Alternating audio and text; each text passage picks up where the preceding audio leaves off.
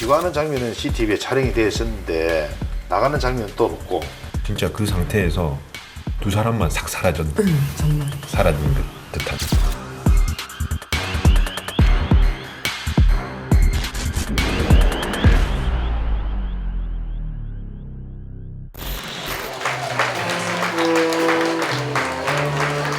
진실한 남편과 아내로서의 의리를 다할 것을 행사합니다.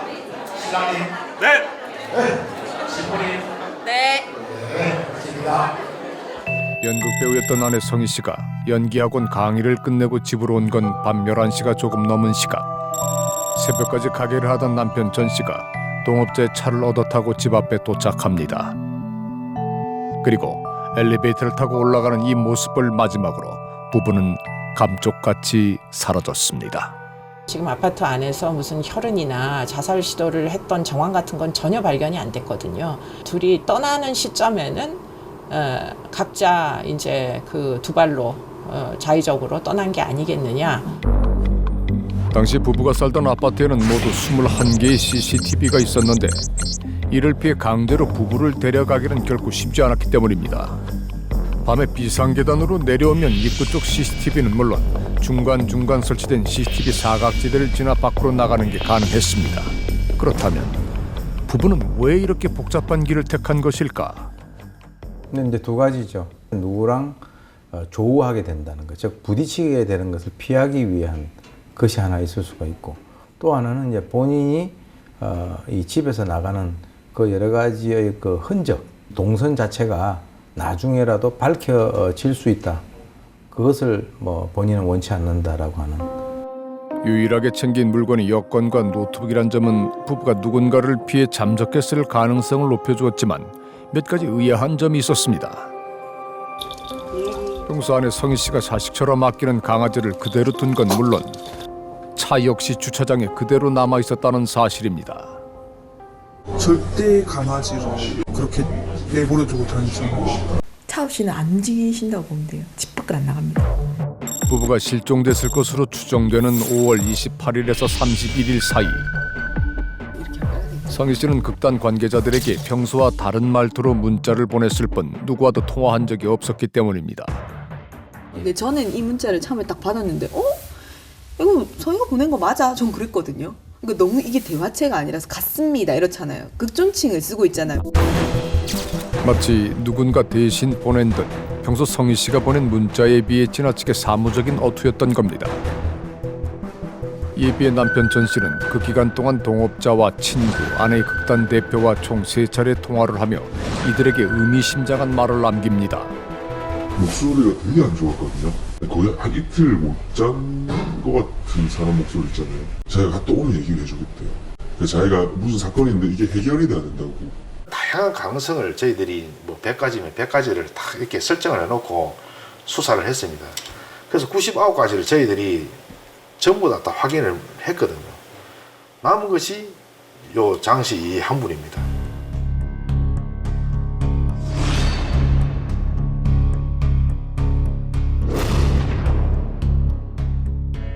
시종부의 부모님이나 그 친구들, 그 다음에 최승희 씨가 그 다녔던 정신과 의사 선생님이 이 장 씨로 인해 가지고 이 부부가 그 괴롭힘을 당하고 있다. 지인들의 증언에 따르면 부부가 결혼하기 2달 전 장 씨가 노르웨이에서 최성희 씨에게 전화를 해 전 씨와 결혼하지 말라며 협박을 들어놨다는 겁니다. 난 민근이 때문에 자식 애도 잃고 남편도 잃고 다 잃었는데 너네 그렇게 사는 꼴 난 절대로 못 본다. 20대 초반에 첫 결혼을 했다가 이혼하고 두 번째 결혼으로 아이를 낳았다는 장 씨. 그런데 그 아이가 병으로 사망하자 그게 모두 전 씨 때문이라며 원망을 했다는 겁니다. 근데 그 반응 자체가 너무 비상식적이니까 좀 도가 지나치다라는 생각이 들어서 좀 약간 지금 이상한 것 같다. 이런 장 씨의 협박을 견디다 못해 성희 씨는 결국 전화번호까지 바꿨다고 합니다. 그래 와 전화번호로 바꿔놓 이라니까네 자꾸만 결혼하면은 집 본다고 협박을 한다 이런 이야기를 하더라고요. 가를 엄청 겁내더라고요. 그래서 내가 그때 왜 식당 그 문제 이제 괜찮다 해도 아버지는 몰라요. 가을 얼마나 무서운지 가서 이런 이야기 하더라고요.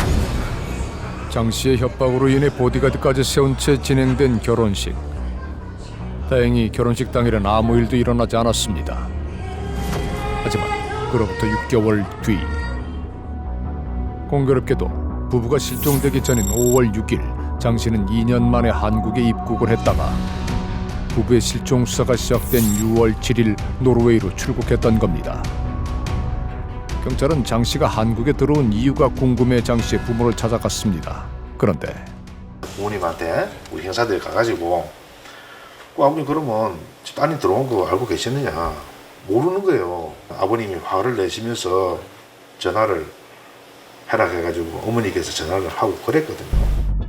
딸이 한국에 왔었던 사실조차 몰랐다며 노르웨이에 전화를 해 확인하는 아버지 옆에서 경찰은 몇 가지 질문을 합니다. 하지만 제대로 답변을 못했던 장 씨.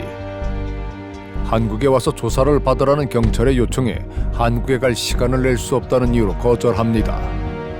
그리고는 변호사를 선임해 경찰의 질문에 대한 답변을 써서 이메일로 보냈던 겁니다.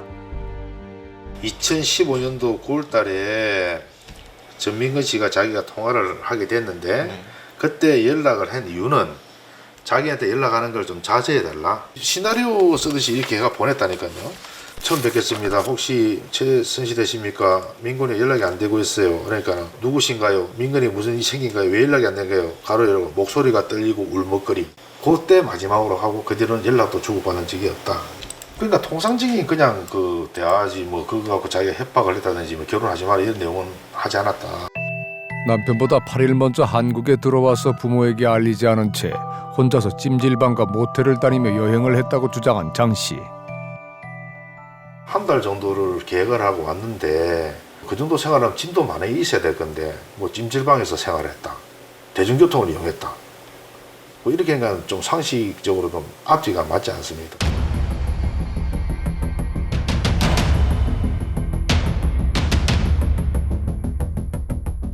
하지만 그 날짜가 묘하게도 부부 실종과 겹쳤던 겁니다. 즉 부부가 실종되기 전 입국해 부부가 실종될 때까지 머무르다가 최 씨 부모가 경찰에 신고를 해 수사가 시작되던 날 급히 티켓을 받고 출국을 한 겁니다. 빨리 돌아간 이유에 대해서 뭐라고 얘기를 하던가요? 남편 회사 일 때문에 돌아갔다고 얘기를 했어요. 우연히 부부의 실종과 겹치는 시기에 한국에 머물면서 경찰이 확인할 수 없는 곳에서 자고 먹고 이동하며 경찰이 확인할 수 없는 통화수단을 사용한 뒤 부부가 실종된 직후 급히 출국을 한 장 씨의 이 모든 행동은 정말 우연의 일치였던 걸까? 결국 경찰은 2017년 2월 장 씨를 한국에 데려오기 위해 인터폴 적색 수배를 요청했습니다. 그리고 수배가 내려진 지 6개월 뒤인 2017년 8월 장 씨는 노르웨이에서 검거된 겁니다. 노르웨이 같은 경우에는 적색 수배를 권고해서 곧바로 통환을 해주는 나라가 아니라 범죄인 인도로 이제 진행되는 나라죠. 그래서 이제 법무부에서 8월 22일 날 범죄인 인도를 요청을 했습니다. 하지만 장 씨는 한국으로의 송환을 거부하며 변호사를 선임해 재판을 시작했고 재판은 1년 넘게 계속됐습니다. 그리고 지난 2018년 12월 5일 1년 6개월의 재판 끝에 노르웨이 법원은 한국이 요청한 장 씨의 범죄인 인도 청구를 기각했던 겁니다.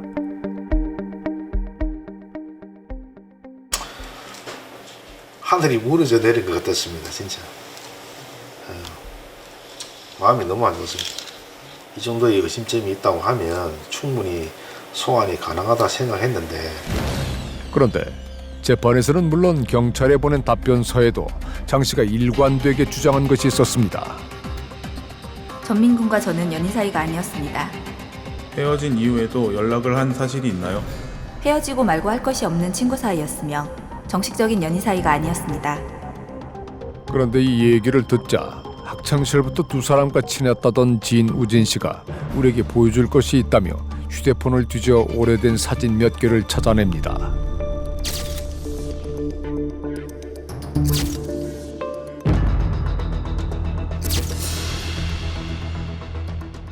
너무 뻔한 거짓말을 한 것 같아요.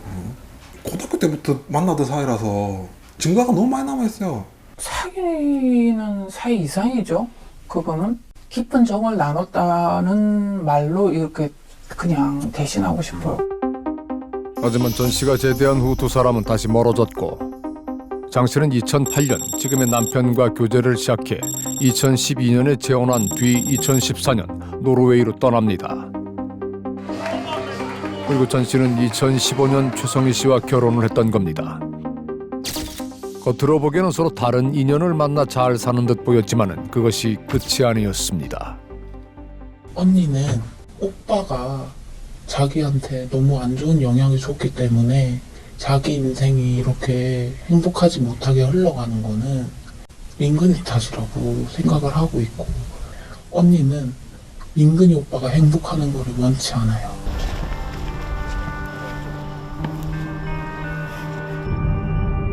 나 혼자의 힘으로서는 얘를 찾을 수도 없고 찾을 방법도 없고 굉장히 막연하던 어떤 그런 답답한 참에 이번 기회는 꼭 가봐요. 같이 가봐야 되는 힘을 빌어서 아들에 대한 마음 아픈 소문과 딸 같았던 장 씨에게 드리워진 의혹의 실체를 오늘은 기필코 확인할 작정입니다. 엄마! 야!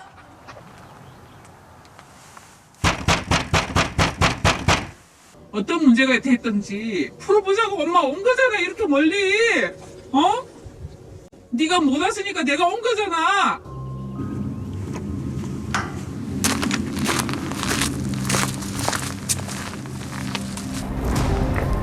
Okay. Yeah. So they feel harassed by this. They don't want to meet her. They don't want to meet any of you.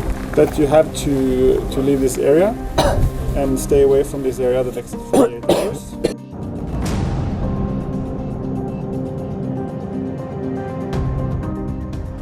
정말 이대로 포기해야 하는 걸까? 노르웨이에서 장 씨를 데려올 방법은 없는 걸까? 그러니까 지금 가장 최선의 방법은 국내에서 혐의를 입증할 만한 증거를 더 확보를 해서 다시 요청을 하는 거죠. 범죄인 인도를. 본인이 무죄라고 하면 들어와서 수사에 임하고 그리고 증명을 하는 것이 좋을 것 같습니다. 영원히 대한민국에 이분은 못 들어오십니다. 이게 해결이 안 되면.